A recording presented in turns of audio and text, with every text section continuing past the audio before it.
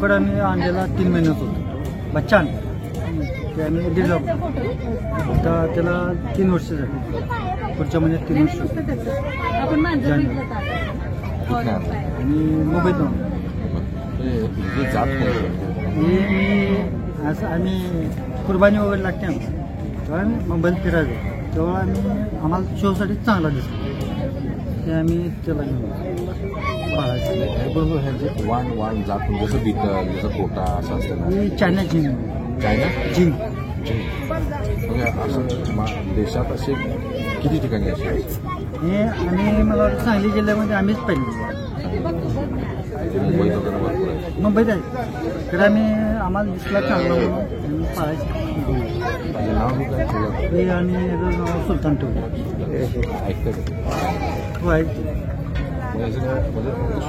शोसाठी प्रोडक्शन नाही काय काय जातीची शेळी वगैरे ब्रिडिंग वगैरे आम्ही बोकडतो फक्त बोकड ते आम्ही शोसाठी पाळायसाठी नेहमी विक्री करणार नाही.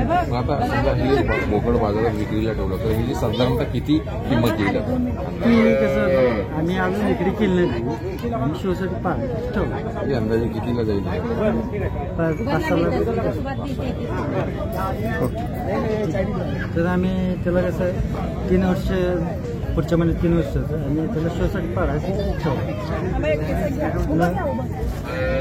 काकी जवळ आणि आम्ही कसं माझी एक आणली ही माझी 3-4 महिने राहिली वातावरण सुटणार माझी ह्याला कसलं वातावरण लागतं? थंड लागतं. मग याच्यासाठी तुम्ही काय व्यवस्था केली? आम्ही कूलर नाही थांबलो.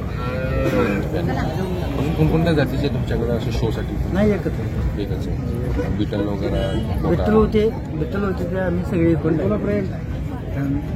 जर्सी गुड आहेत ना नुसतं शोसाठी ठेव त्या सगळ्यांची उशापड होत नाही ना.